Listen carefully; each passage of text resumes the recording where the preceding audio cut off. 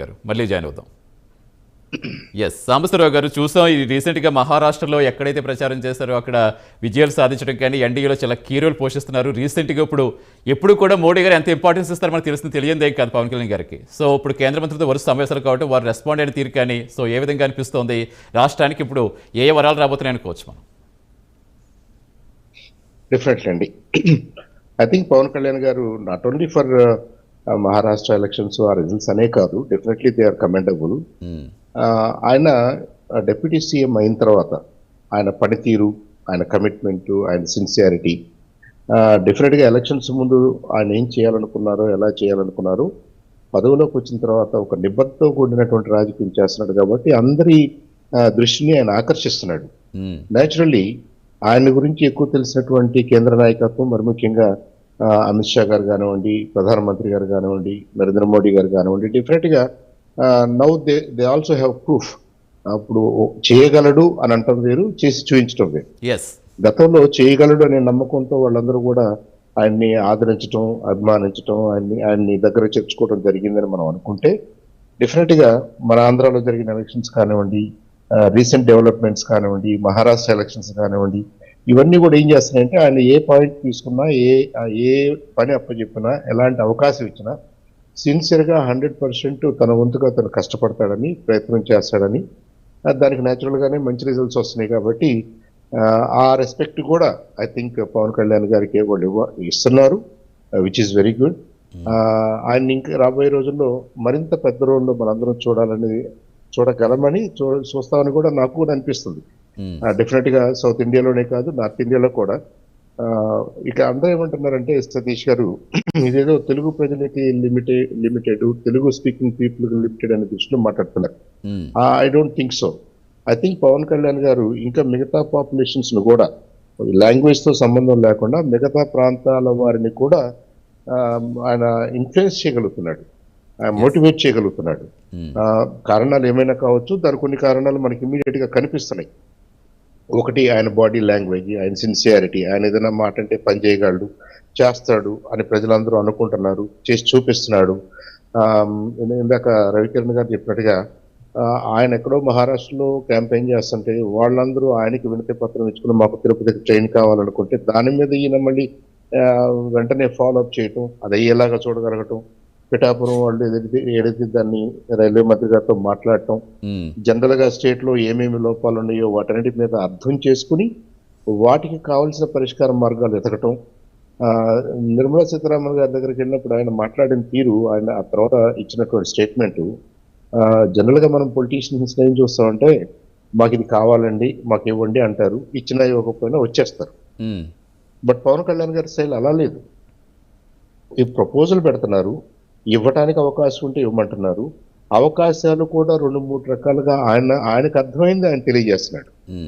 If not full funding, if not full support, if not loans from Asian development bank and other banks, ఒక 20% extra grants ఇవ్వడానికి అవకాశం ఉంటుందా, subsidies ఇవ్వడానికి అవకాశం ఉంటుందా, అంటే additional support.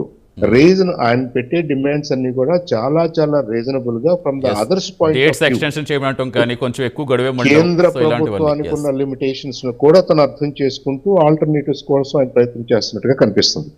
I think that's a very serious matured way of dealing with things అని నేను అనుకుంటున్నాను. ఇవన్నింటిని కూడా గమనిస్తారు కదా. ఆబ్వియస్లీ ఆనరబుల్ ప్రైమ్ మినిస్టర్, అంత సీనియర్ పొలిటీషియన్, అంత సీనియర్ నాయకుడు పవన్ కళ్యాణ్ గారు తనతో ఎలా మాట్లాడుతున్నాడు, మిగతా మినిస్టర్స్తో ఎలా మాట్లాడుతున్నాడు, ఎలాంటి ప్రపోజల్స్ తీసుకొస్తున్నాడు, ఆ ప్రపోజల్స్ కి మరి ఇంప్లిమెంటేషన్ మార్గాలను ఎలా సూచిస్తున్నాడు, they can identify a leader in Pawan Kalyan, a true leader. కాబట్టి డెఫినెట్ గా he's not only limited to Andhra Pradesh, he's not limited to Telugu speaking people or Telugu states. Almost pan ఇండియాలో ఆయన ఇన్ఫ్లుయెన్స్ పెరుగుతుందని మనం అనుకోవాలి. And rightly so. That's the recognition, that's the importance he commands today. అదేదో ఊరకనే వెళ్ళేసి నాకు నేనేదో స్టార్ని కాబట్టి నాకు ఇవ్వండి అని కాదు. As a politician, his modus operandi, his way of doing things, his level of understanding, the way he is providing leadership within the department, within the ministries, within the state and outside the state, ఇవన్నీ కూడా I think they're on the right path, very good path, and he's evolving to be a model politician pan India yes, అన్నా కనిపిస్తుంది. డెఫినెట్గా సాంబశివరావు గారు, అంటే మీరు చెప్పినట్టుగా ఏం జరుగుతుందంటే లోపలికి వెళ్ళి రావడం, బయటకు వచ్చి ప్రతిదీ కూడా మళ్ళీ మీడియాకు అప్డేట్ ఇవ్వడం, కానీ ఆయన నిన్న మీడియాతో మాట్లాడుతూ కూడా మనం చూస్తాం. అంటే ప్రశ్నించడానికే పార్టీ పుట్టిందని ముందు నుంచి చెప్పుకుంటూ వస్తున్నదే, అది ప్రతిపక్షంలో ఉండగా అంటే వేరే విధంగా, కానీ అధికార పక్షంలోకి వచ్చిన తర్వాత కూడా అక్కడ మన జర్నలిస్ట్ మిత్రులు అడిగినప్పుడు కూడా ఆయన ఒకటే చెప్పారు, ఏంటంటే మీకు వచ్చిన ఇబ్బంది ఏంటో చెప్పండి, నేను అక్కడ పోలీసులకు వెళ్ళి అదే చెప్తాను నేను. అంటే చంద్రబాబు గారిని ఇబ్బంది పెట్టినప్పుడు ధైర్యంగా వ్యవహరించిన పోలీసులు ఇప్పుడు మరి ఎందుకు తటపాయిస్తున్నారో నాకు తెలియటం లేదు. సో మీరు అడిగారు, నేను కూడా అది నేను ఇన్ఫార్మ్ చేస్తాను బాబు గారికి అక్కడ పోలీసులకి అని కూడా చెప్పడం. సో ఇవన్నీ కూడా చూస్తుంటే ఆయన అధికార పక్షంలో ఉన్నాం కాబట్టి తప్పులు కప్పించుకోవడం, లేదా ప్రతిపక్షంలో ఉంటే ఎత్తి చూపడం కాకుండా ఎక్కడ తప్పు జరిగినా ప్రశ్నించే గుణం ఇంకా మాకు ఎప్పుడు ఉంటుంది అనేది కూడా పోర్ట్రేట్ చేయడం. సో అంటే ఓవరాల్గా అంటే మనం ఎలా చూడాలి? డెఫినెట్ గా ఇప్పుడు అంటే ప్రశ్నించగలగటము అనేది క్వశ్చనింగ్ ద స్టేటస్ కో, దానికి మీరు అపోజిషన్ లో ఉన్నారా, మీరు అధికారంలో ఉన్నారా, మీరు ఎక్కడ ఉన్నారు, మీ స్థాయి ఏంటి అనేది కూడా ఇంబెటీరియల్ అండి. ఎస్, ఆయన భావం అది, ఆయన భావజాలం అది, ఆయన మైండ్ అలా పనిచేస్తుంది, which is very different from మనకి run of the mill politicians. మనం జనరల్ గా పొలిటీషియన్స్ ఏంటంటే సందర్భానుసారంగా మాట్లాడతారు, తర్వాత మనకెందుకు లేమని దాటేస్తారు. ఎస్, ఆయన అలా కాదు. ఆయన అపోజిషన్ లో ఉన్నప్పుడు ప్రశ్నగా అడిగాడు, ఇవాళ అధికారంలో ఉన్నాడు కాబట్టి ఫీడ్బ్యాక్ తీసుకుంటున్నాడు, ఆ ఫీడ్బ్యాక్ మీద చర్చ జరగాలని తను కోరుకుంటున్నానన్నాడు. దాన్ని అప్రోప్రియేట్ ఫోరంలోకి అవసరమైతే సీఎం గారితో చర్చిస్తానని మనకు మాటిస్తున్నాడు. చర్చించిన సందర్భాలున్నాయి, దాని మీద రిజల్యూషన్ కోసం నేను ట్రై చేస్తున్నాను అంటాడు. అంటే he's a leader from with in.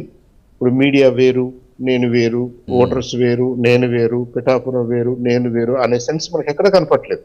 అవును, ఆయన ఆయన రివ్యూస్ అన్ని చూడండి, ఆయన he's part of the team.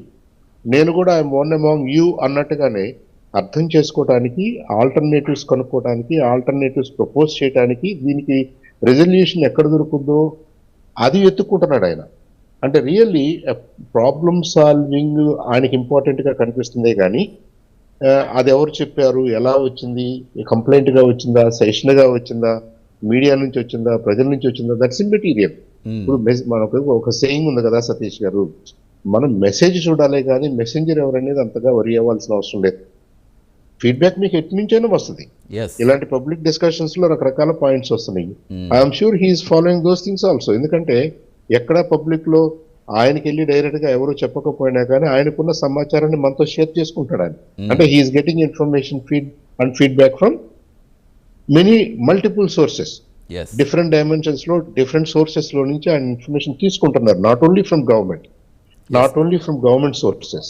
అది ఎప్పుడు ఏ సమస్య అయినా తొందరగా రెస్పాండ్ అయ్యే గుణం ఎప్పుడు ఉంది, బట్ అప్పుడు పరిష్కరించే అధికారం ఉండేది కాదు. ఇప్పుడు అధికారం ఉంది కాబట్టి దాని పరిష్కార దిశగా, ఆలోచన దిశగా వెళ్తున్నారు. Definitely. I think he's making use of all his avenues. తనకున్న మార్గాలు, తనకు అందుబాటులో ఉన్నటువంటి రిసోర్సెస్ ని ఆయన వాడాలని, ఆ ప్రాబ్లమ్ ని సాల్వ్ చేయాలని. ఆ ప్రాబ్లంనే కాదు, ప్రజలు ఏ మూల నుంచి ఎలాంటి ఇబ్బందులతో వాళ్ళు తన దృష్టికి ఒక ఇష్యూని తీసుకొచ్చినా, ఎవరు తన దృష్టికి ఇష్యూని తీసుకొచ్చినా దాని మీద పాజిటివ్ గా ఆలోచన చేసి దాన్ని సాల్వ్ చేయడానికి డెఫినెట్ గా ఆయన ట్రై చేస్తున్నాడు. Not only with in the state, definitely with the centre also. ఇవాళ ఆయన సెంటర్కి వెళ్ళి ఆయన గడుపుతున్న ప్రతి నిమిషం కూడా ఈజ్ వెరీ వెరీ వాల్యుబుల్. అటు పక్కన ఉన్న వాళ్ళు చాలా సీనియర్ లీడర్స్, చౌహాన్ గారు లాంటి వాళ్ళు ఉన్నారు, ధన్కర్ లాంటి వాళ్ళు ఉన్నారు, పిఎం గారు లాంటి వాళ్ళు, వాళ్ళతో డీల్ చేసేటప్పుడు వాళ్ళందరి మొహాలు అంత నవ్వుతోటి, చిరునవ్వుతోటి ఆయనతో మాట్లాడుతున్నారు, ఆయన రిసీవ్ చేసుకుంటున్నారంటే they must be really happy with the way he is dealing with them. అందుకని ఎక్కడ కూడా మనకి స్ట్రెయిన్డ్ ఫేసెస్ కానీ ఈయన సందర్భంగా ఈ టాపిక్ ఎందుకు తీసుకొచ్చాడు అనేది కానీ ఎక్కడ ఈ విజువల్స్ లో కనపట్లేదు ఫర్ మోర్ దెన్ 2 days. అంటే he's in sync with the senior leadership. Definite గా ఆయన మన రాష్ట్రానికే కాదు, రాబోయే రోజుల్లో పాన్ ఇండియా ప్రజా సమస్యల మీద, ప్రజా సమస్యల పరిష్కారం కోసం, మన దేశ అభివృద్ధి కోసం తన మార్కుని డెఫినెట్ గా వేసుకోగలడని చెప్పేసి అనిపిస్తుంది. రైట్ సార్, రైట్, కంటిన్యూ చేద్దాం సార్. శ్రీధర్ రెడ్డి గారు, సో అంటే గత ప్రభుత్వాలు చేసిన తప్పులు ఇప్పుడు